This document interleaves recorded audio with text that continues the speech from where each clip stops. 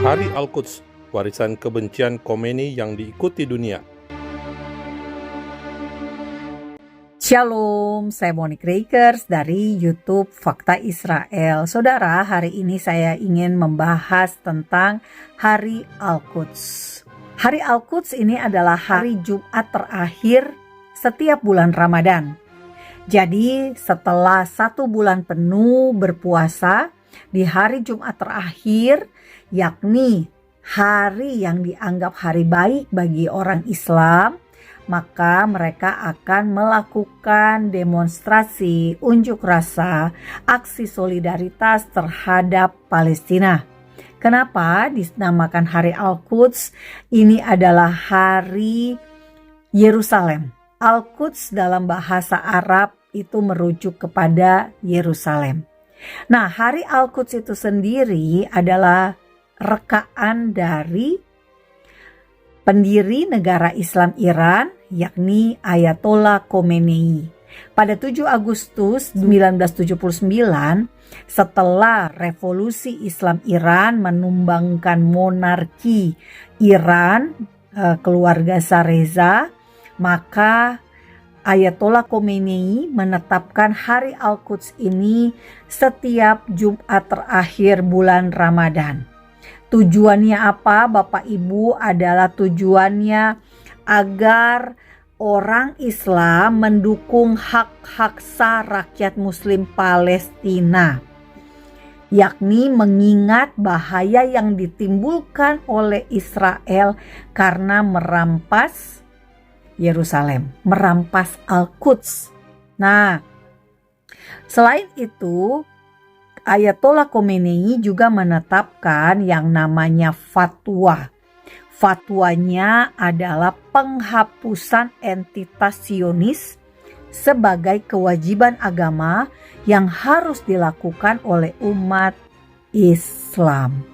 Karena ini adalah rekaan atau hari ciptaan dari pemimpin spiritual dari rezim Islam Iran, yakni rezim Islam Syiah, maka tentu saja hari ini menjadi hari besar di Iran. Hari yang diperingati secara terus-menerus.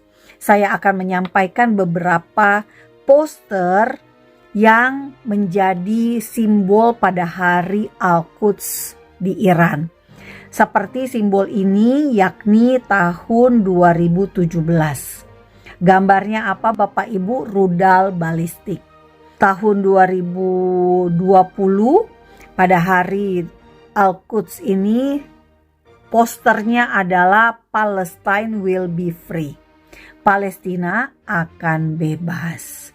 Kalau dipikir-pikir, ini hari Al-Quds ini hari yang positif atau negatif? Tentu saja menurut fakta Israel ini hari negatif. Karena inilah hari yang dianggap sah, dianggap boleh melontarkan segala sumpah serapah, kutuk dan kecaman terhadap Israel. Hari Al-Quds dianggap sebagai hari di mana semua kebencian, semua antipati terhadap Israel dan orang Yahudi itu bisa disampaikan. Nah, Bapak Ibu, fakta Israel hanya heran. Mengapa bisa memilih hari Al-Quds atau hari kebencian terhadap Israel yang disebarluaskan secara internasional ke seluruh dunia, itu dipilih dilakukan di bulan Ramadan, yang adalah bulan suci bagi umat Islam. Mengapa seorang pemimpin spiritual Syiah Iran, Ayatollah Khomeini, memilih hari Jumat terakhir di bulan tersucinya umat Islam untuk menjadi hari kebencian dan anti-Israel sedunia? Saya bukan orang Islam tentu saja. Namun saya mempertanyakan, apakah umat Islam di Indonesia tidak terusik dengan fakta ini? Faktanya apa? Ya, di bulan suci apakah patut mengutarakan kebencian dan antipati, mengutuki bangsa lain. Yang jelas-jelas bangsa itu sesungguhnya juga ditulis di kitab suci Anda. Nah, kalau saya sebagai orang Indonesia dengan masyarakat yang Pancasilais dengan Bhinneka Tunggal Ikanya, saya tentu sangat menyayangkan jika ada orang Indonesia yang ikut-ikutan merayakan Hari Al-Quds. Apalagi ini di bulan Ramadan. Nah, tentu saja saya tidak bisa menghakimi Anda semua. Saya hanya mempertanyakan, kok bisa sih dipilih hari untuk menyampaikan kebencian terhadap Israel di bulan suci? Nah, Bapak Ibu semua, kalau kita lihat dari sejarah, maka sudah sejak 1979. Bahkan ada fatwa untuk menghapus entitas Sionisme. Sionisme adalah gerakan kembali ke kampung halamannya orang Yahudi, yakni di Tanah Perjanjian. Di Indonesia kita mengenal mudik. Orang-orang pasti akan pulang kampung. Untuk apa? Kembali ke kampung halaman untuk bertemu dengan sanak saudara yang masih ada di kampung halaman. Apakah orang Yahudi tidak punya kampung halaman? Tentu saja punya, yakni Tanah Perjanjian, yang lokasinya sama persis dengan Tanah Perjanjian yang ada di Alkitab, yang ada di masa Musa, yang ada di masa Yosua. Artinya, Tanah Perjanjian seluruhnya itu adalah kampung halamannya orang Yahudi. Yerusalem sebagai ibu kota sejak kerajaan Daud, Raja Daud, yang memilih Yerusalem menjadi ibu kota kerajaan Israel, tentu sah-sah saja orang Yahudi, bangsa Israel, berada di Yerusalem. Lantas kenapa dibenci? Kenapa harus ada Hari Al-Quds yang antipati terhadap kepemilikan Yerusalem di bawah Israel? Bapak Ibu, mengapa Fakta Israel menamakan video ini sebagai Hari Al-Quds paling menyedihkan? Karena tentu saja Anda tahu, sejak 28 Februari 2026 Israel dan Amerika menyerang Iran. Pada tanggal 28 Februari itulah pemimpin Iran modern saat ini, yakni Ayatollah Ali Khamenei, tewas bersama dengan 40 orang pemimpin militer Garda Revolusi Iran. Jadi Bapak Ibu, semua kebencian yang diutarakan secara resmi pada Hari Al-Quds setiap Jumat terakhir di bulan Ramadan hanya berujung pada tewasnya pemimpin spiritual Islam Iran, Ayatollah Ali Khamenei. Kebencian tidak akan membawa damai. Kebencian tidak pernah akan membawa kebaikan. Apalagi jika kita mau secara sungguh-sungguh melihat dengan hati yang jernih, melihat dengan pikiran yang terang, kita harusnya sadar bahwa secara sejarah Islam, kekhalifahan Islam tidak pernah menjadikan Yerusalem itu sebagai pusat pemerintahan. Di era sahabat Nabi, Umar bin Khattab dan sebagainya, kepemimpinannya itu adanya di Madinah. Lalu kemudian pindah ke Damaskus. Lalu di masa setelah masa Umayyah kemudian pindah ke Baghdad di Irak. Kemudian kita tahu juga di era Mamluk juga kekuasaan Islam itu terpusatnya di Kairo.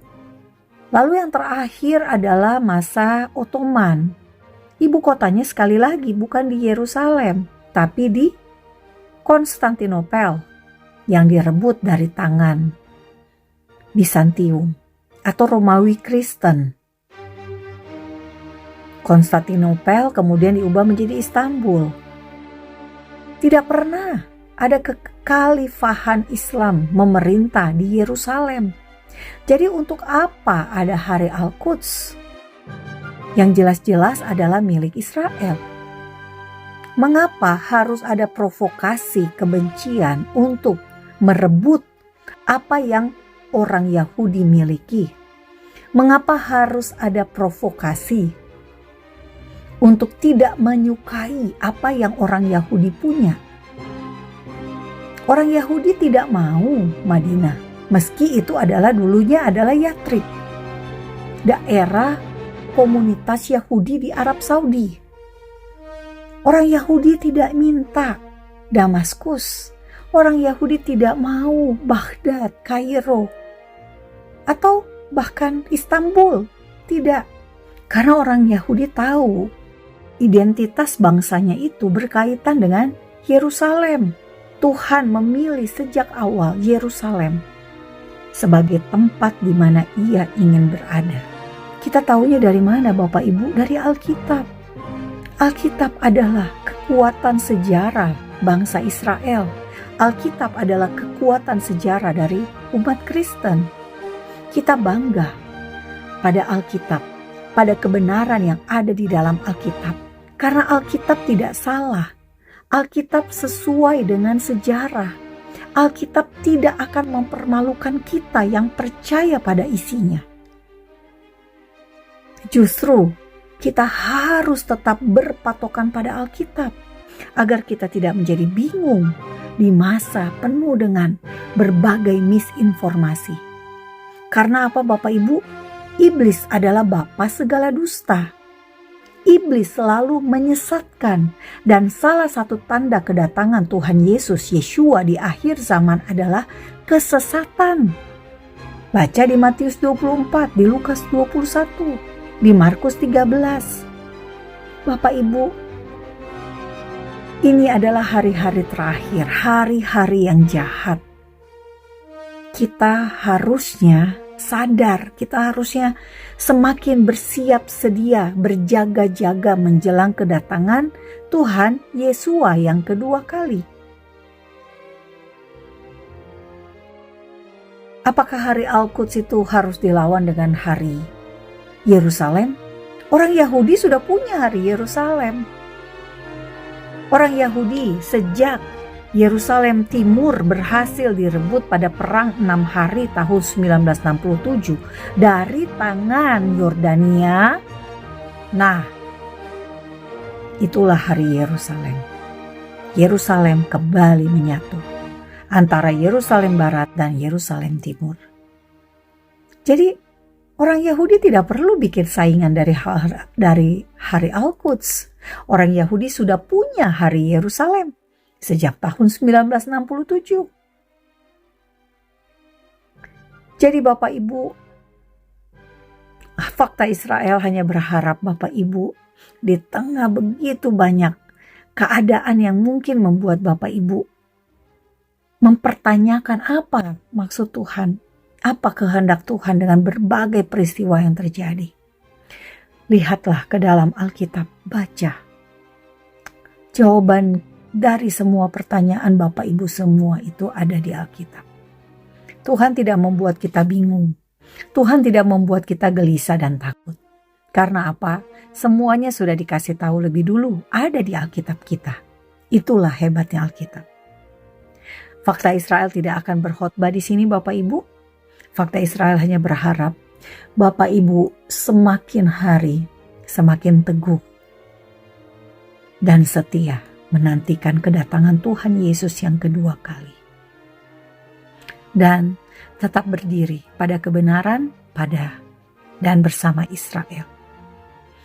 Karena Israel adalah bukti kasih setia Tuhan yang bisa kita saksikan di masa modern ini. Am Yisrael hai, bangsa Israel hidup. Damai hanya bisa terwujud jika ada kebenaran. Dan kebenaran itu ada dalam Alkitab kita. Kebenaran itu ada dalam berbagai fakta sejarah. Fakta sejarah artinya sudah terjadi. Tidak mungkin diubah, tidak mungkin dihapus, tetapi bisa diselewengkan oleh mereka yang tidak senang dengan kebenaran. Saya Monique Rakers, jangan lupa subscribe YouTube Fakta Israel, karena Fakta Israel hanya ada di YouTube saja. Untuk sementara ini, untuk saat ini, Fakta Israel tidak ada di Facebook, tidak ada di Instagram.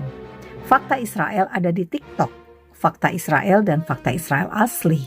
Tapi untuk sementara, saya tidak mengupload konten apapun di TikTok. Jadi pastikan Anda menerima informasi dari YouTube Fakta Israel.